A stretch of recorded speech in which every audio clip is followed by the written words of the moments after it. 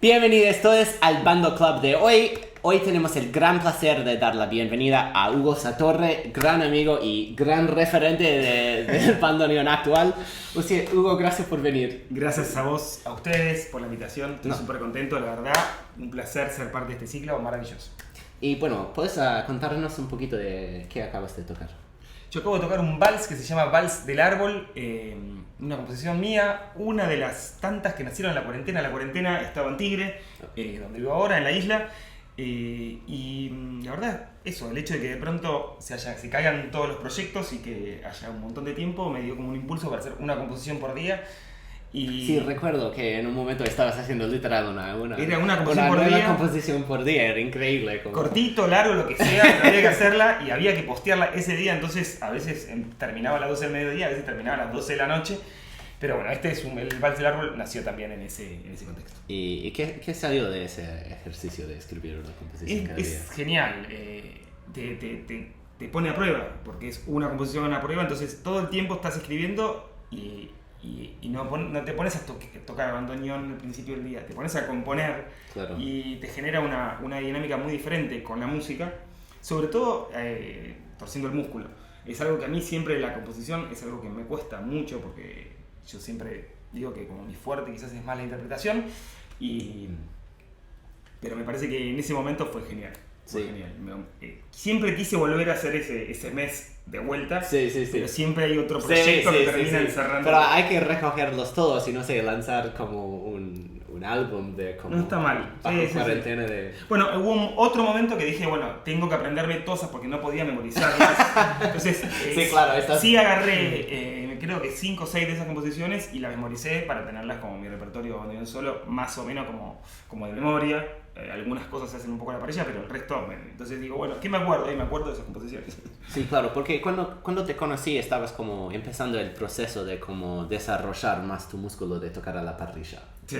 Porque como yo te conocí como alguien como muy metido en el mundo de tocar piezzolla y como pensar en el bandoneón como instrumento de la cámara y esto, y ahora estás como... completamente lo opuesto. Completamente... Sí. Bueno, justo hizo para mí un quiebre muy importante. Los primeros 10 años de mi vida, no podía tocar, acompañar a nadie, no podía salir de mi libreto de alguna manera.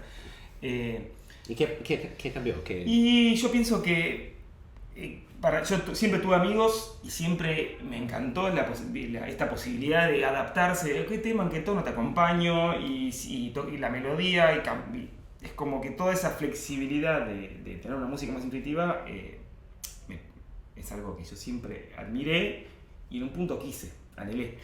Y en un punto yo siempre veía que, bueno, toda esta gente había empezado de chiquito y de una manera quizás no pensando tanto. Entonces, llevan un reventaje, empiezan como 5 años así. Como... Pero más allá de la edad, siendo chiquito te permitís mucho más jugar. Entonces lo que hice es pensar en un método racional para desarrollar la intuición. Entonces dije, bueno, la única manera de hacer esto es, bueno, tocar de memoria, practicar de memoria, abandonar la parte y cambiar los tonos. Entonces hice como un método para mí que la verdad me funcionó bastante bien. Ahora estoy quizás a mitad de camino o 40% del camino, pero estoy en el camino, aunque sea, y me siento en el camino.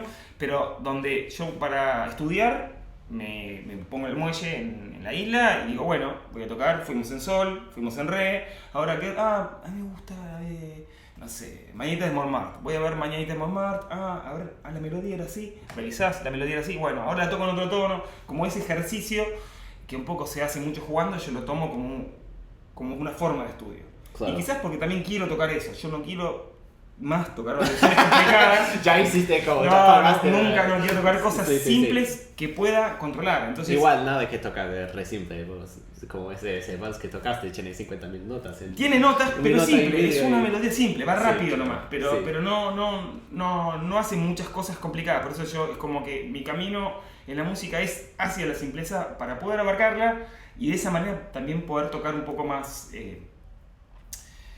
más genuinamente de alguna manera. Yo quiero tocar la música que me enlace a mí me gusta la música popular, sea un poco de todos los géneros, a veces juego de visitante tocando un poco de folclore, pero en sí lo que más escuché y siento quizás sea el tango. Entonces para mí ir hacia la música popular implica también un compromiso de estudio. Entonces es eso. Por ejemplo, ayer me junté con un amigo guitarrista, con Adam, y decimos, bueno, vamos a hacer estos 25 tangos, ¿en qué tono? No sé, vamos eligiendo y vamos tocando. A veces, digamos, como resultado final no es bueno, pero nos dijimos, bueno, estamos fortaleciendo el músculo de la parrilla para tocar la melodía, para tocar acompañamientos, También me junté el fin de semana pasado en Tigre con Damián Foretico, otro gran bandoneonista, y también, mira, este recursito lo podemos poner acá, pero era siempre tocar sin partitura y eso, escuchar al otro. Y eso para mí es como algo que al mundo del bandoneón, yo creo que, un poco por la complejidad del diseño del instrumento, complejidad, no el demonio que inventó eso, nos cuesta y por eso es mucho más fácil para nosotros apoyarnos en la partitura. Y para mí es como un desafío mío, y yo soy un militante de eso, a todo el mundo lo intento convencer de que abandone la parte y vaya a tocar más. Y así como desarrollando recursos a la parrilla, vos, una cosa que me ocurre es como por el teclado, no es un piano, o sea, como no vas a tocar a veces el mismo voicing en cada tonalidad. Vos vas haciendo esto como pensando en como ponerle sol mayor y desarrollas como tus recursos de sol mayor, o tienes como tus recursos y vas como cambiando del mismo recurso sobre cualquier tonalidad, o cómo es. Yo no, digamos, en el jazz, viste que se usan mucho las 12 tonalidades. Yo creo, yo hago estas cosas de las 12 tonalidades. Son 9. Son 9. Exactamente 9. ¿Cuál es 4 bemoles, 4 sostenidos. Más allá no existe. No hay nada. Sol sostenido mayor. La mayor, no existe. Claro.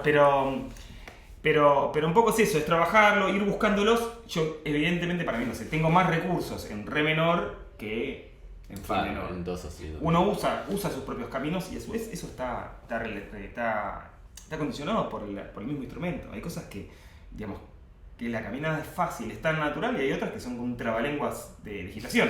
Sí, claro. Hay que encontrarle la vuelta. Pero a veces es un excelente desafío pasar los recursos para otros lados, incluso los simples. ¿Por qué? Porque eso te permite, cuando en tu cabeza te imaginas el recurso cuando estás tocando en X tono, lo podés hacer. Si no, terminás siendo un esclavo de la propia memoria muscular que te va diciendo por dónde puedes ir. Y un poco para mí es como uno de los... No es la enemiga, digamos, la memoria muscular, siempre sirve, pero para mí hay que intentar dominarla, como tenerla de la rienda de alguna manera.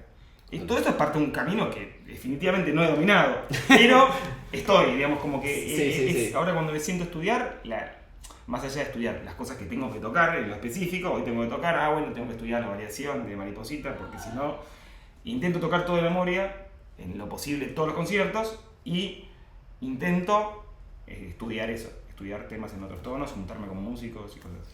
Y ¿puedes contarnos un poquito de tu fuelle, que tiene una particularidad? Mi fuelle polémico. No, sí. Yo tengo un bandoneón. Este fuelle que tengo yo no es un invento mío. En su momento estaba Pablo Greco, el papá de los hermanos Greco, el papá de Lautaro, que tenía este bandoneón que abría y cierra igual, que en su momento, yo hace muchos años, tengo ya muchos años. Abre y cierra igual Abre y cierra igual. Con el mismo sistema del bandoneón tradicional. ¿Y elegiste el sistema de abrir o de cerrar? Claro. No, elegí el abrir, pero bueno, en un momento tocaba mucho Bach, que es algo que ahora capaz no estudio tanto Bach, pero en su momento estaba estudiando mucho Bach y tenía esa dificultad particular de que a veces uno estudia un Bach lento y después lo quiere tocar más rápido, y es como que los cambios de dirección no siempre son los apropiados en diferentes velocidades.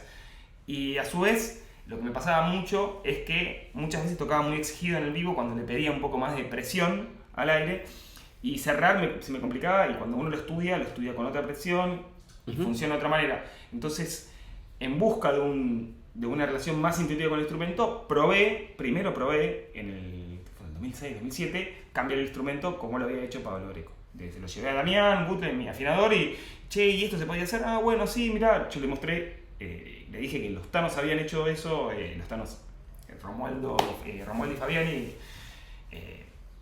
viejos grandes afinadores que le afinaron a todo el mundo, que le hicieron eso a Pablo Greco. Y hay que convencer al afinador de cómo hacer esto al instrumento, ¿no? No, bueno, pero todos lo toman como un desafío, ¿no? Ahí entramos en la lotería, hay chats picantes, no sé si leyeron alguno de esos, hay unos chats picantísimos acerca de... Pero la base de la discusión para mí es, todos los instrumentos sirven para hacer determinado tipo de música. El desarrollo del teclado del bandoneón tiene un desarrollo histórico, digamos, la realidad de por qué las notas están puestas ahí no obedece a una necesidad específica, sino que tiene un desarrollo histórico, y la música también se construye también a través de la historia. Según cierta música, es lógico tocar con bandoneón que abre y cierra diferente, para mí pasa mucho con el chamamé.